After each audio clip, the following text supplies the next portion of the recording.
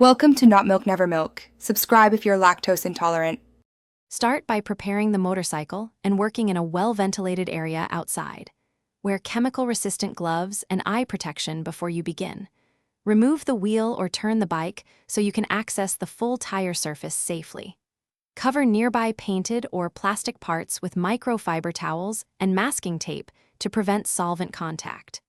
Position a drain bucket and keep a garden hose ready for rinsing. Make sure the tire is cool to the touch before you apply any solvent or cleaner. Prepare your solvent by mixing 70% isopropyl alcohol 1:1 with water in a spray bottle. Alternatively, use a citrus-based degreaser labeled for rubber if you prefer a scented option. Gather a medium-stiff nylon brush, one microfiber towel for scrubbing, and a second towel for drying. Keep contact time short.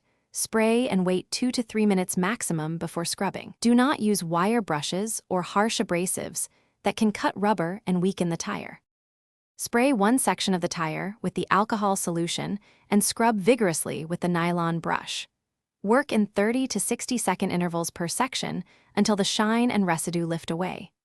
Rinse each section immediately with a hose at 40 to 60 psi or pour clean water from a bucket to remove loosened product. Repeat spraying and scrubbing if residue remains. Dry the tire completely with a microfiber towel and allow it to cure for 24 hours before using the motorcycle. Thanks for watching. If this was helpful, leave a like and consider subscribing. See you next time.